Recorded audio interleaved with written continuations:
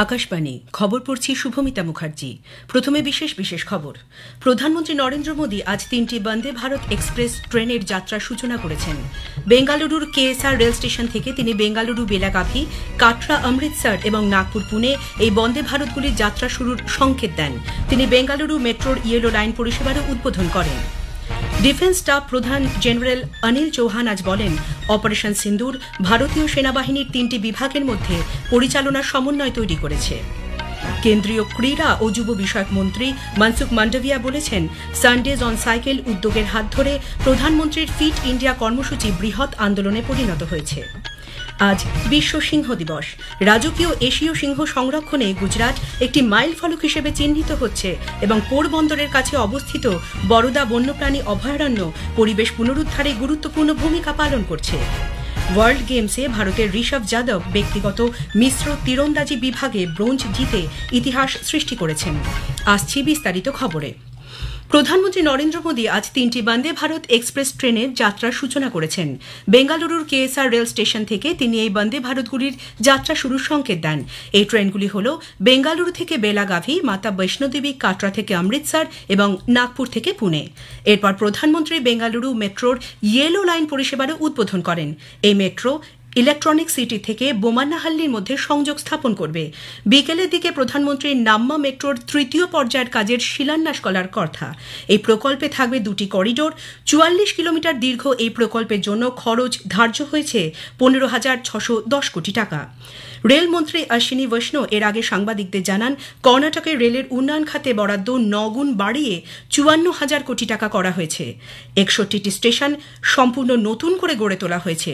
অমৃত Bharat station প্রকল্পের আওতায় 123টি flyover ও underpass গড়ে তোলা হচ্ছে। प्रधानमंत्री श्री नरेंद्र मोदी जी 7,500 करोड़ रुपए रेलवे के डेवलपमेंट के लिए कर्नाटक को दे रहे हैं। पिछले कुछ वर्षों में कई पुराने प्रोजेक्ट्स कंप्लीट हुए हैं, कई नए प्रोजेक्ट्स आगे बढ़ रहे हैं। तो ओवरऑल कर्नाटक में रेलवे के डेवलपमेंट के लिए मोदी जी दृढ़ संकल्पित हैं और बहुत मोदी जी का प्रयास है कि कर्नाटक का रेलवे नेटवर्क आगे बढ़े। ডিফেন্স স্টাফ প্রধান জেনারেল অনিল চৌহান আজ বলেন, অপারেশন সিন্দুর ভারতীয় সেনাবাহিনীর 3টি বিভাগের মধ্যে পরিচালনার সমন্বয় তৈরি করেছে। সেকেন্দ্রাবাদের ডিফেন্স ম্যানেজমেন্ট কলেজে 21তম ডিফেন্স ম্যানেজমেন্ট কোর্সের অংশগ্রহণকারী ও বরিষ্ঠ কর্মকর্তাদের উদ্দেশ্যে একটি ভাষণে শ্রী চৌহান এই মন্তব্য করেন। সশস্ত্র বাহিনীতে কৌশলগত গুরুত্ব ও সেনাবাহিনীর যৌথ অভিযানের রোডম্যাপ নিয়েও বলেন তিনি। নতুন প্রযুক্তিতে তৈরি যুদ্ধ সামগ্রীর সঙ্গে মোকাবিলার ক্ষেত্রে সেনাবাহিনীর আত্মনির্ভরতার কথা তুলে ধরেন তিনি। স্থল সেনাধ্যক্ষ জেনারেল উপেন্দ্র দ্বিবেদী অপারেশন সিন্দুরকে এমন এক গুরুত্বপূর্ণ কৌশলগত অভিযান হিসেবে অভিহিত করেছেন, যেখানে সামরিক দক্ষতার সঙ্গে রাজনৈতিক দূরদর্শিতার মেলবন্ধন ঘটানো হয়েছে। মাদ্রাজ আইআইটিতে গতকাল এক অনুষ্ঠানে তিনি 22 এপ্রিলের পহেলগাঁও হামলার পর কিভাবে এই অভিযানের পরিকল্পনা ও বাস্তবায়ন করা হয় তার উল্লেখ করেন। এই অভিযানের পরিকল্পনা ও বাস্তবায়ন প্রসঙ্গে স্থল সেনাধ্যক্ষ বলেন, 3 সামরিক বাহিনীর প্রধানই এ ব্যাপারে সম্মত হয়েছিলেন এবং কিভাবে কর্মসূচি বাস্তবায়িত হবে তা পরিকল্পনার সম্পূর্ণ দায়িত্ব দেওয়া হয়েছিল ওই 3 জনকে। কেন্দ্রীয় ক্রীড়া ও যুব বিষয়ক মন্ত্রী মনসুখ মান্ডভিয়া বলেছেন, সানডেজ অন সাইকেল উদ্যোগের হাত ধরে প্রধানমন্ত্রীর ফিট ইন্ডিয়া কর্মসূচি বৃহৎ আন্দোলনে পরিণত হয়েছে।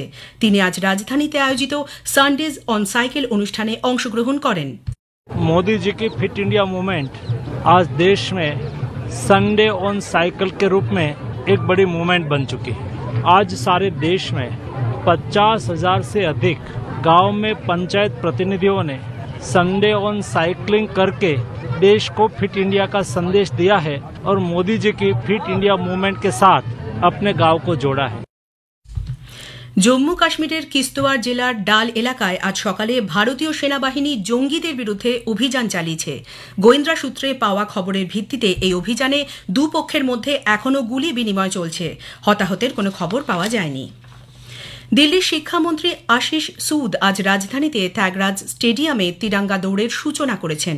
সাংবাদিকদের তিনি বলেন, দেশের ৭৯তম স্বাধীনতা দিবস উপলক্ষে ৭,৯০০ ছেলেমেয়ে এই দৌড়ে অংশ নিয়েছে।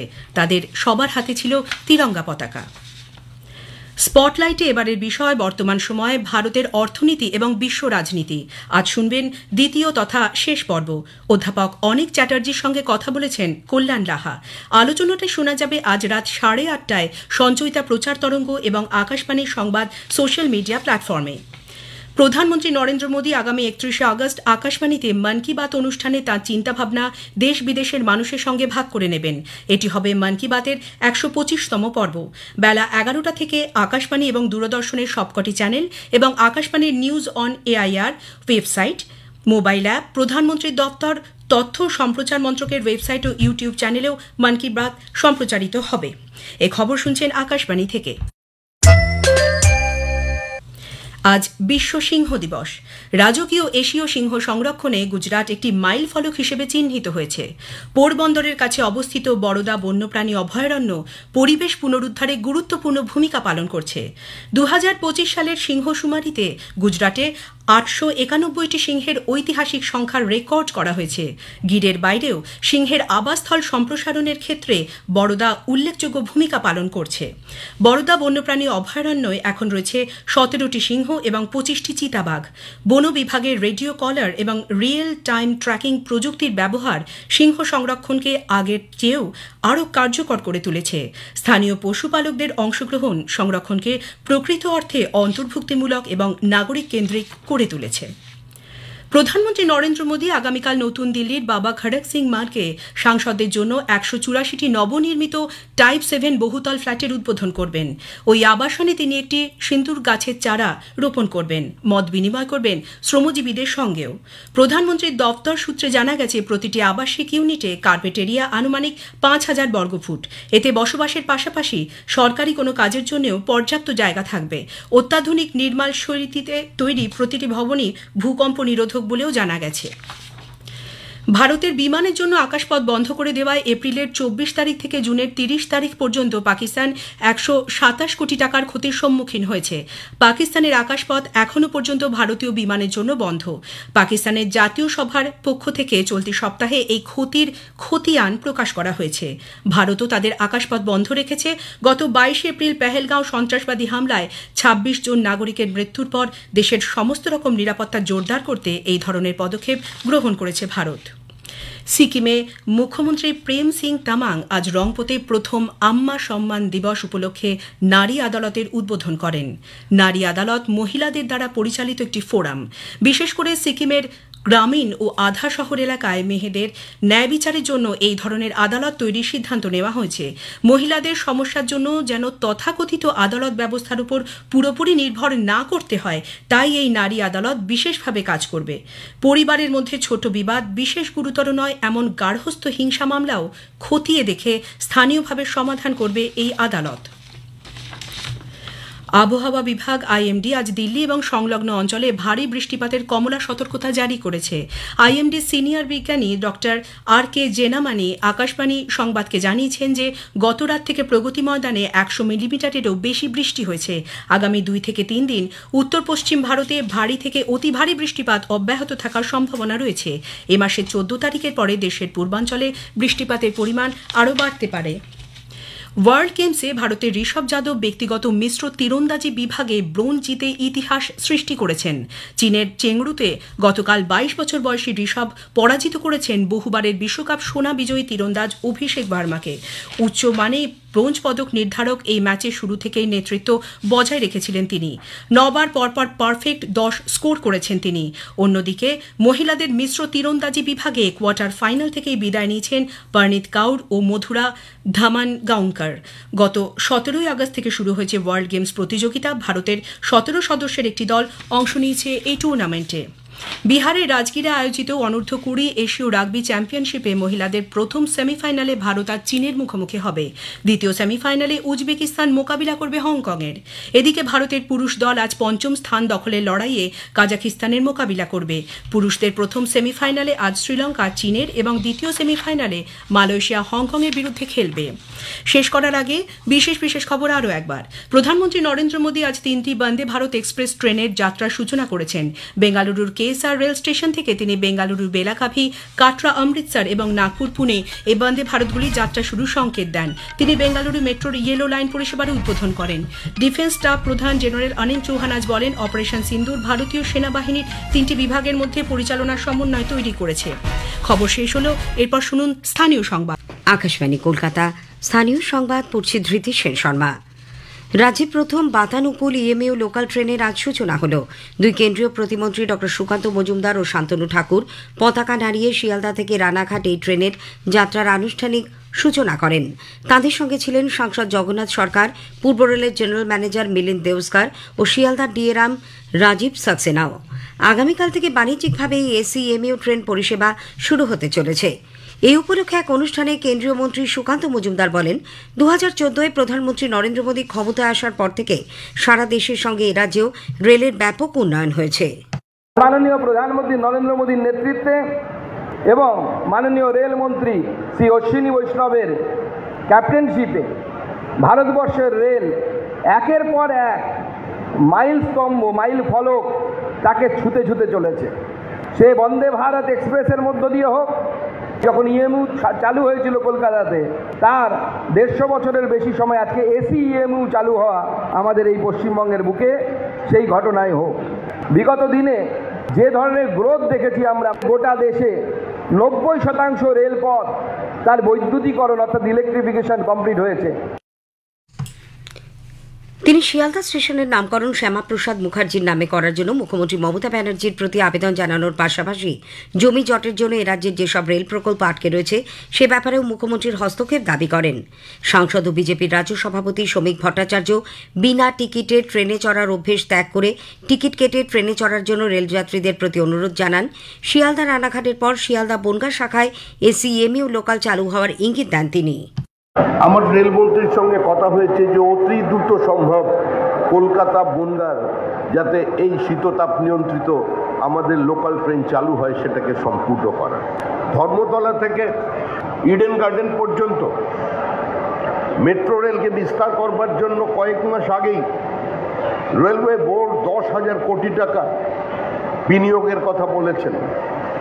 শুধু এই রেলপথ নয়, জমি জটের কারণে পশ্চিমবঙ্গের 43টা রেলের প্রকল্প আজকে বন্ধ আছে। আজকে আমাদের সকলের দেখা উচিত। উল্লেখ্য, বাতানুকূলে ইএমইউ লোকাল শিয়ালদা থেকে ছাড়ার পর থামবে বিধাননগর, দমদম জংশন, সোদপুর, খড়দা, ব্যারাকপুর, নৈহাটি, কাঁচরাপাড়া, কল্যাণী ও চাকদা রেল স্টেশনে। রানাঘাট থেকে টাউন লাইনে সকাল 8:29 ছেড়ে ট্রেনটি শিয়ালদায় পৌঁছবে সকাল 10:10। আবার সন্ধে নাগাদ আপ লাইনে রাতের দিকে 6:50 ছেড়ে ট্রেনটি রানাঘাটে পৌঁছবে রাত 8:32। ট্রেনটির সর্বনিম্ন ভাড়া 35 এবং সর্বোচ্চ 120 টাকা ধার্য করা হয়েছে। মহিলাদের জন্য গাড়ির দু প্রান্তে একটি করে মোট 2টি কোচ থাকবে। এছাড়া দিব্যাঙ্গ ও সিনিয়র সিটিজেনদের জন্য আসন সংরক্ষিত রাখা হচ্ছে। ট্রেনের যাত্রা পুরোদমে আরম্ভ হলে নিত্যযাত্রীদের ভিড় সামাল দেওয়া ও গরমের সময় রেলযাত্রীদের কষ্ট লাঘব হবে। উল্লেখ্য, মুম্বাই ও চেন্নাইয়ের পর পূর্ব ভারতে এই প্রথম এসি ইএমইউ লোকাল ট্রেন পরিষেবা চালু হল। যাত্রীদের সুবিধার্থে কলকাতা মেট্রো আগামী সোমবার থেকে পার্পল লাইন, গ্রিন লাইন ও 2-তে ট্রেন পরিষেবা বৃদ্ধি করতে চলেছে। গ্রিন লাইন 1-এ শিয়ালদা থেকে সল্টলেক সেক্টর পর্যন্ত ট্রেনের সংখ্যা বাড়িয়ে 108, গ্রিন লাইন 2-তে 134 করা হচ্ছে। তবে শনি ও রবিবার কোনো ট্রেন মিলবে না। নবান্নে গতকালের ঘটনায় এখনও পর্যন্ত মোট 7টি মামলা রুজু হয়েছে। তবে এখনও কাউকে গ্রেপ্তার করা যায়নি বলে কলকাতা নগরপাল মনোজ ভার্মা জানিয়েছেন।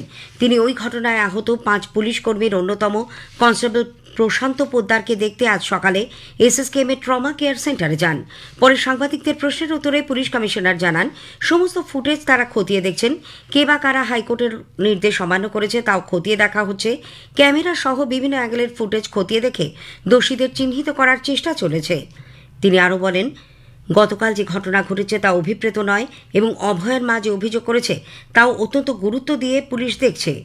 তিনি এখনও পর্যন্ত কোনো অভিযোগ লিখিতভাবে দায়ের না করলেও পুলিশ নিজে থেকেই পুরো ঘটনার তদন্ত করছে। যে বা যারা এই ঘটনার সঙ্গে যুক্ত তাদের বিরুদ্ধে আইনানুগ ব্যবস্থা নেওয়া হবে। আজিকারে ডিসিজ ওনার মা যেটা অ্যালিগেশন করছেন, নিশ্চয়ই ওনার ইঞ্জুরি হয়েছে, সেটা রেগুলেটেবল আছে। এটা অ্যাকচুয়ালি হওয়া উচিত নেই, কিন্তু কেন হলো, কী কারণে হলো, যেটা অ্যালিগেশন হচ্ছে দ্যাট পুলিশ মেরেছে, সেই অ্যালিগেশন সত্যি কি মিথ্যা, এগুলো সব অ্যাঙ্গেল দেখা হবে। অভিযোগ যদি আসে নিশ্চয়ই তদন্ত করা হবে। আর যদি অভিযোগ যদি নাও আমরা পাই, আমরা নিশ্চয়ই আমাদের গতকাল থেকেই আমরা নিজেই তদন্ত করছি। দেখার পরে যা পাওয়া যাবে তার বেসিসে অ্যাকশন হবে। কেন্দ্রীয় সংস্কৃতি মন্ত্রকের নিয়ন্ত্রণাধীন Maulana Abul Kalam Azad institute of Asian studies, ম্যাকাইজ ও ভারতীয় সংস্কৃতি ন্যাসের উদ্যোগে কলকাতার আইসিসিআর সত্যজিৎ রায় সভাগৃহে গতকাল এক আলোচনা সভার আয়োজন করা হয়। সংস্কার ভারতী পশ্চিমবঙ্গের সহযোগিতায় অনুষ্ঠানের মূল বিষয় ছিল বিশ্বকবি রবীন্দ্রনাথ ঠাকুরের প্রয়াণ দিবস। স্পটলাইট এবারের বিষয় বর্তমান সময়ে ভারতের অর্থনীতি ও বিশ্ব রাজনীতি। আজ শুনবেন দ্বিতীয় তথা শেষ পর্ব। অধ্যাপক অনিক চ্যাটার্জির সঙ্গে কথা বলেছেন কল্যাণ লাহা। আলোচনাটি শোনা যাবে রাত 8:30টায় সঞ্চয়িতা প্রচার তরঙ্গে। স্থানীয় সংবাদ শেষ হল, পরের খবর 5টা 10-এ।